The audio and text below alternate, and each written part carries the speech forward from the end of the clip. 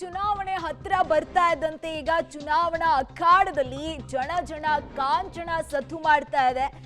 ದಾಖಲೆ ಇಲ್ಲದಂತಹ ಕೋಟ್ಯಾಂತರ ರೂಪಾಯಿನ ಪೊಲೀಸರು ಇವತ್ತು ಸೀಸ್ ಮಾಡಿರುವಂತದ್ದು. ಬೆಂಗಳೂರು ಸೇರಿದಂತೆ ರಾಜ್ಯದ ಹಲವೆಡೆ ಅಪಾರ ಹಣವನ್ನ ಜಪ್ತಿ ಮಾಡಲಾಗಿದೆ. ಕೋಲಾರದಲ್ಲಿ ನಗದು, ಅಕ್ಕಿ, ಮದ್ಯ ಎಲ್ಲವನ್ನ ಸೀಸ್ ಮಾಡಲಾಗಿದೆ.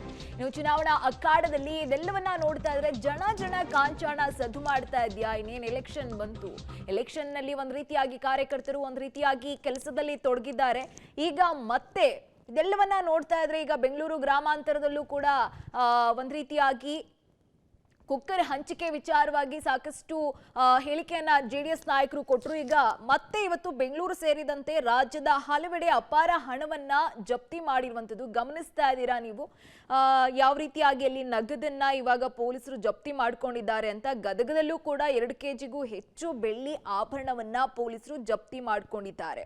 ಇನ್ನು ರಾಯಚೂರಿನಲ್ಲೂ ಕೂಡ, ಜೊತೆಗೆ ಬಳ್ಳಾರಿಯಲ್ಲೂ ಕೂಡ ಲಕ್ಷಾಂತರ ಮೌಲ್ಯದ ಮದ್ಯವನ್ನ ಜಪ್ತಿ ಮಾಡ್ಕೊಂಡಿದ್ದಾರೆ. ಇನ್ನು ಕೋಲಾರದಲ್ಲೂ ಏನ್ ಕಮ್ಮಿ ಇಲ್ಲ, ಅಲ್ಲೂ ಕೂಡ ನಗದು ಮತ್ತೆ ಅಕ್ಕಿ, ಮದ್ಯ ಇವೆಲ್ಲವನ್ನ ಸೀಸ್ ಮಾಡ್ತಾ ಇರುವಂತದ್ದು. ಎಲೆಕ್ಷನ್ ಹತ್ರ ಬಂತು ಅಂದ್ರೆ ಇದೆಲ್ಲ ಕಾಮನ್ ಆಗೋಗ್ಬಿಟ್ಟಿದೆ ಈಗ ರಾಜಕೀಯ ನಾಯಕರಿಗೆ.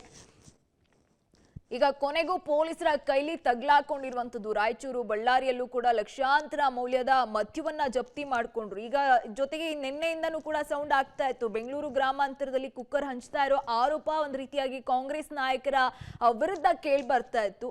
ಈಗ ಸಾಕಷ್ಟು ಜಿಲ್ಲೆಗಳಲ್ಲಿ ನೀವು ಗಮನಿಸ್ತಾ ಇದ್ದೀರಾ, ರಾಯಚೂರು ಆಗಿರ್ಬೋದು, ಬಳ್ಳಾರಿ ಆಗಿರ್ಬೋದು, ಎಲ್ಲಾ ಕಡೆ ಈಗ ನಗದಾಗಿರ್ಬೋದು, ಚಿನ್ನ, ಆಭರಣ, ಬೆಳ್ಳಿ ಆಗಿರ್ಬೋದು, ಅಕ್ಕಿ, ಜೊತೆಗೆ ಮದ್ಯ ಇವೆಲ್ಲವನ್ನ ಸೀಸ್ ಮಾಡಿರ್ಬೋದು. ಗಮನಿಸ್ತಾ ಇದ್ದೀರಾ ನೀವು ಸ್ಕ್ರೀನ್ ಮೇಲೆ. ನಗದು, ಚಿನ್ನ, ಬೆಳ್ಳಿ, ಮದ್ಯ ಎಲ್ಲವನ್ನ ಇವತ್ತು ಪೊಲೀಸ್ ಅಧಿಕಾರಿಗಳು ಸೀಸ್ ಮಾಡಿದ್ದಾರೆ.